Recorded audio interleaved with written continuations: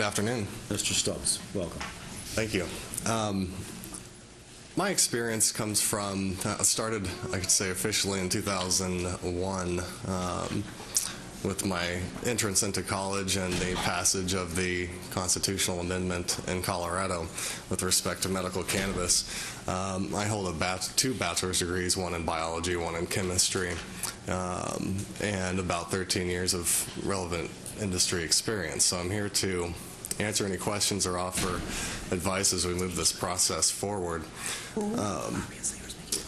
As a primer, I think on medical cannabis, one should understand that all of our bodies have what's known as the endocannabinoid system, which is a series of receptors in our neurology, the CB1 receptor, and our periphery, the immune system, the CB2 receptors.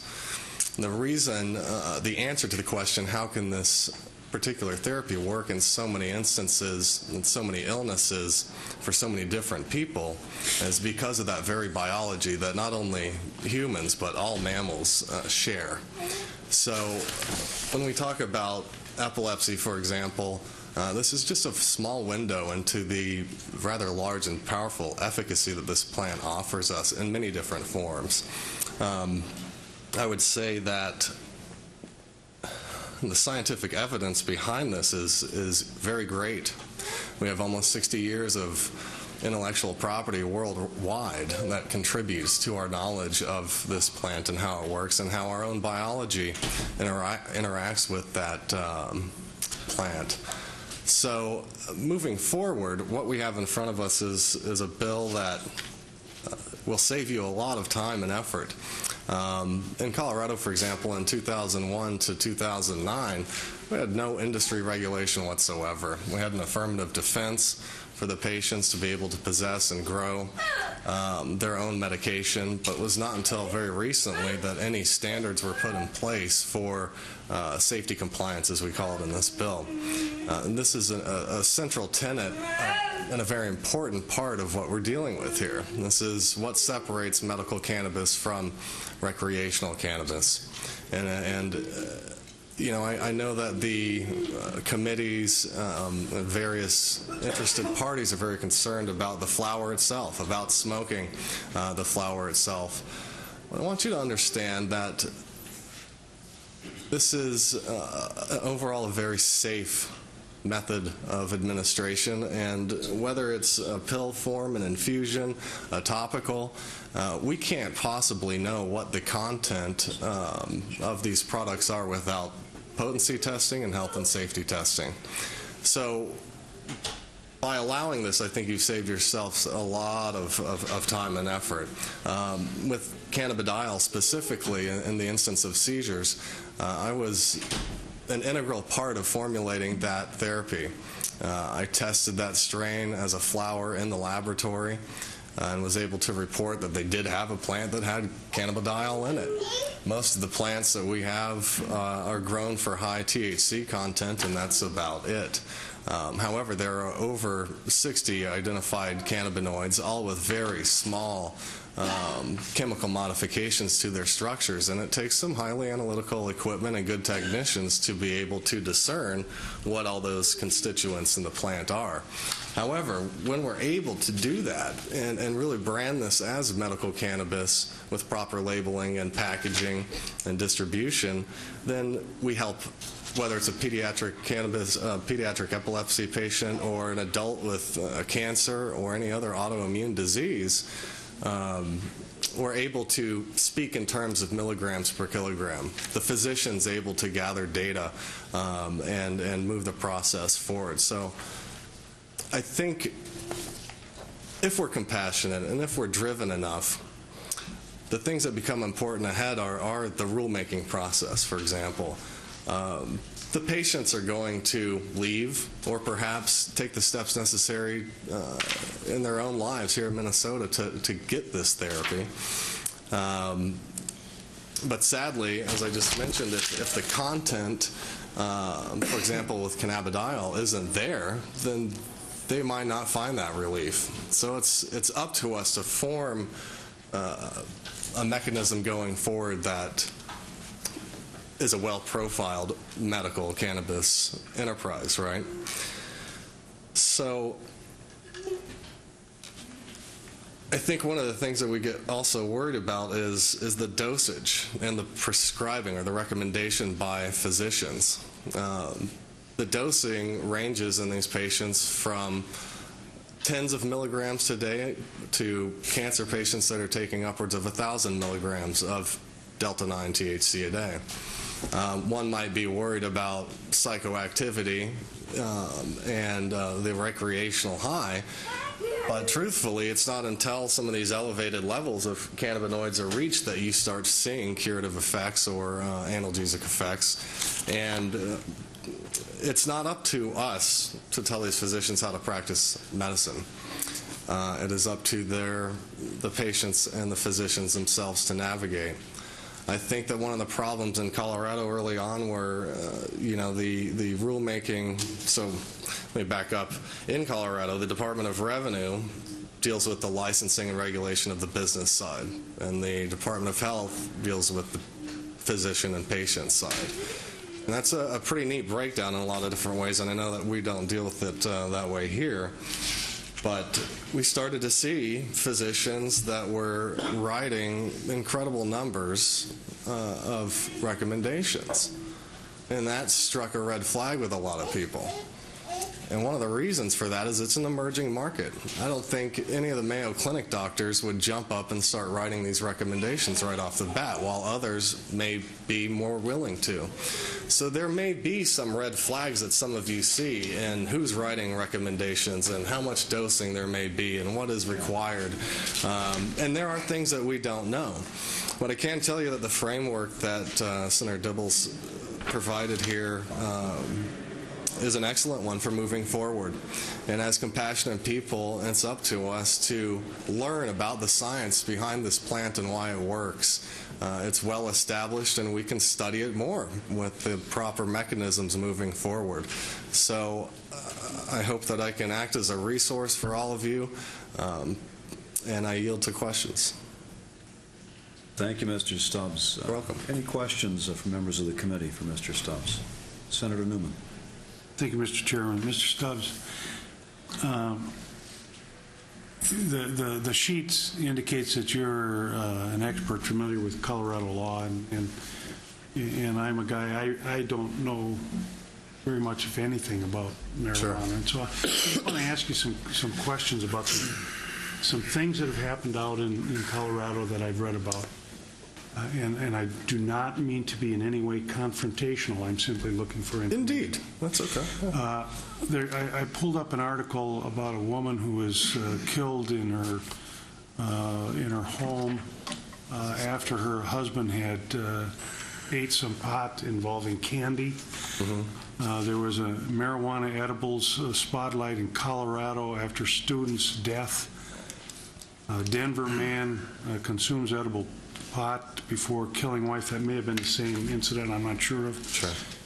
There was something here on regarding safety concerns about legal marijuana edibles.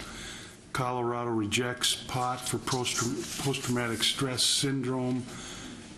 Pot and child endangerment bill fails in Colorado. And this is just information that we get in the news. Sure. I don't know if it's accurate or not. My question sort of centers around, most of the time we think in terms of pharmaceuticals and drugs as being regulated by government agencies after having gone through a number of tests and so forth. Mm-hmm. And so how do we as legislators who do not have the degree of expertise that you have in the chemistry field, how do we know that the kinds of things that I just looked at in the news from Colorado are not going to happen in the medical marijuana field?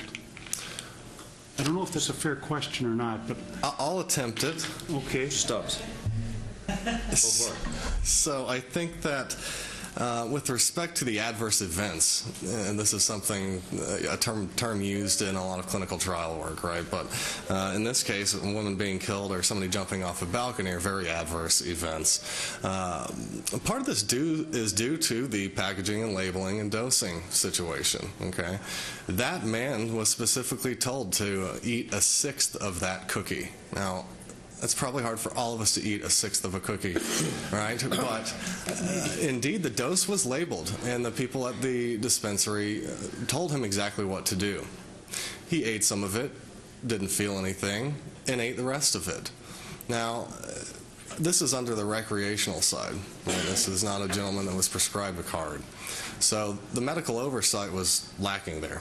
And I can back up and say that it is up to every physician and up to every patient to make sure they are sound mental capacity before attempting some of these treatments. And that goes for prescription drugs as well, right? There are a lot of adverse reactions in your mental capacity. So why the man jumped off the balcony, I don't know. But patient education, and in that case recreational education, is the key. And he made the choice to eat more. He might have not made the choice consciously to jump, neither, the woman being killed either. People make these choices. It's their, we all have a certain level of personal responsibility that should be rather important. So we can take steps as a legislature, as a consultant, as whoever, to try to tackle these things. And I would like to remind you that the rulemaking process itself becomes very important. This is when you can bring industry consultants, experts, stakeholders to the table and really hash out the details of how these processes look. And it's a black box, right, at this point in time. So I would hope that you all take that into consideration. What we're doing here is essentially providing an affirmative defense and providing a mechanism to get some patients registered and create some businesses. But outside of that, there is a whole year of rulemaking and rulemaking that will go on after that to update those rules to take care of these details. You mentioned the PTSD story, and frankly, it's a very disappointing one. One of my concerns with this bill and with all medical cannabis bills is that we tend to want to make a choice or make a decision for everybody else on what we think these people should be using this medication for.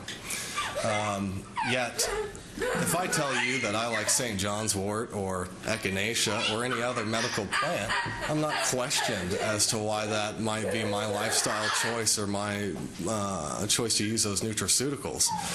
I would say that, if you back up and look at the American Herbal Products Association, which generates guidance and actually regulates their industry on nutraceuticals and other medical plants. Moreover, the World Health Organization has a set of guidances for this. The ISO standards for laboratories have standards on this. So there's existing models of how to use medical plants out there, but it's only with this one that we tend to say, well, if you want to use it for PTSD, I'm not sure if that's necessary or not. Well, we have a fundamental misunderstanding of, again, the biology within us as to why this plant is effective. So PTSD was denied, and yet other states allow it. And I feel like these men and women deserve the best treatment. When you are able to treat your body in this holistic manner, by activating the cannabinoid receptor system in the brain and in your immune system, what ends up happening is you can eat, you can sleep, you can lay with your wife or your husband. You're happy again. And I've seen soldiers cry in these same kind of testimonials because it has saved their lives, just like it will save the lives of the pediatric epilepsy patients, just like it'll save your lives, possibly. And you have to realize that, and I'll step into the theoretical side here a little bit, but our bodies were designed, in a sense, or have evolved to really fight off some nasty stuff. And by that I mean we used to die from tooth infections at 20 years old, 15 years old, right? Our life expectancy used to be a lot different. So we needed a robust immune response to be able to survive. Well, now we don't have those same problems, and it turns out that the endocannabinoid system itself is a regulatory mechanism for our bodies globally between the pro and the anti-inflammatory sides. You know, when you get the flu, you spike a fever and that goes down. You spike it again and it goes down, and that's part of your immune system's way of propagating immune cells to kill the pathogens and create a harsh environment for the pathogens themselves. Well, now that we, are growing older and have these active immune systems, a lot of what we deal with are age-related autoimmune diseases like arthritis and cancer and lupus and MS. Some of them have to do with fundamental breakdowns in genetics. Others have to do with the length of time that we live. But this is not something that it's gone from cancer, pain, and nausea and HIV to actually, in the literature, they're describing clinical endocannabinoid deficiencies. And the fact that this can be a mechanism for longevity by decreasing these inborn errors and inborn problems in our daily life. So, Mr. Stubbs, I'm going to ask you to wrap up so we can move on to the opponents as well. I will yield to any other questions, actually, because that was, I think, a couple of pointed ones that you had. Thank you. Senator Hall, and then we'll move on. Thank you, Mr. Chair, and Mr. Stubbs. Two quick questions. You don't need to go into them long. I just wanted to know, I've been told that marijuana, first off, has not been vetted thoroughly by the FDA. So is that true or not? And secondly, I've been told that research is, there's conflicting research that smoking marijuana may be harmful to the brain development of children. Is that true? So, Mr. Stubbs. Yes, Mr. Chairman. Could you clarify the first question? Yeah, it was just, has the FDA approved most forms of marijuana yet? I'm told they haven't. They have not approved. Approved, no. A whole plant. Thoroughly vetted them, I guess. Thoroughly vetted. So there's a major difference between what they have and what they have not done. Marinol, for example, is an FDA-approved substance, but it's a single molecule formulation of delta-9 THC in sesame oil. And that is wholly different from the whole plant extracts that we may formulate these products with. And part of the reason they have so much more efficacy is because there are 60 cannabinoids and a whole class of terpenoids that are all biologically active in various different ways. So the FDA and some of the FDA consultants I've spoken with in the past are very excited to get into this. But there are, of course, you're aware, federal regulations that prohibit us from pursuing that with them unless you go down the investigational new drug path. That's a very expensive endeavor. I've tried that part, and it doesn't go very far when you realize that you're spending literally millions and millions of dollars a year trying to get an ear. So, Mr. Chair, Senator, if I may, is this going to open up more research for the FDA? Not directly. Okay, not directly. Not then unless they, unless we reschedule it, which was a conversation that we came across yesterday. It would be very wise for the state to consider rescheduling cannabis for that purpose, because you have a tremendous research potential here with the university and the Mayo Clinic, but they're not going to touch it because they require DEA regulations, and the DEA will not touch it because it's outside of their law enforcement chain of custody. Right. And so then, Mr. Chair, if the second question, is smoking marijuana harmful for the brain development of children? Can it be? Mr. Stubbs. That area of research is very hot. as well as all medical cannabis research. Okay. I would not say that it's harmful. In fact, our own federal government has a patent on the use of cannabis and cannabinoids for neuroprotectants and antioxidants. And in that literature, in that document, they describe cannabidiol, which is the Charlotte's Web-based infusion that I have helped with in the past and will continue, and other cannabinoids, including Delta-9 THC, being neuroprotective and neurogenerative, meaning it can actually foster the growth and development of brain cells. Now, I think there's a fine line between what a physician and a parent and a child do versus what we know from the outside sitting at this table. For example, one of the first concerns that Charlotte Figge brought to my attention before they went down the cannabis path, this is, Paige Figge, Charlotte's mom, I counseled them on the safety and efficacy. Mr. Stubbs, if you could just focus on the question you were about the effect of smoking marijuana on children's brain development. I think I've answered it. All right. Thank you. But I do have a follow-up question for you. Sure. Do you have any information on the efficacy of smoking marijuana as opposed to using it in any other form?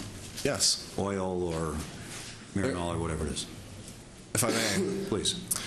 There are several longitudinal studies that point to the safety profile of cannabis even when being smoked. One of them mentioned specifically that there may be a 13 to 15-ish% decrease in lung capacity during the time someone's actively smoking, but that the cannabinoids present in that smoke and vapor are actually protective in small cell lung carcinomas and other carcinomas of the lung, and that when one ceases smoking, no matter how long they've been doing it, their lung capacity increases and they have clear lungs within 30 to 45 days. I think my question was more directly toward addressing particular medical conditions. Sure. The choice between smoking marijuana as opposed to utilizing it in some other form. If I may, I think that there's a lot to be said for the two mechanisms. One, smoking and vaporizing provide instantaneous relief for many people. Being that these are anti-inflammatory agents and a lot of pain is inflammation-based pain, and then a lot of the other subsection of pain is neurological pain. You've got cannabinoids that are anti-neurological pain and anti-inflammatory. When you ingest those through the oral administration route, it's fast relief. Now, if I myself suffer from migraines and inflammatory pain, I would much rather eat a formulation to help with this, which I do. However, smoking and vaporizing a bit to increase that plasma level is an immediate reaction, and it's a safe way of doing it. Now, the physician and the patient themselves can make those decisions on the risk factors that they see before them of that specific patient's medical history. But there are definite efficacy with respect to smoking. Thank you. Any other questions from members of the committee at this time? Mr. Stubbs, thank you very much for your testimony. You're very welcome. I'll let people know, and we have gone past the 30 minutes, and we'll give equal opportunity to the opponents if there are questions from the committee that lead to a longer conversation.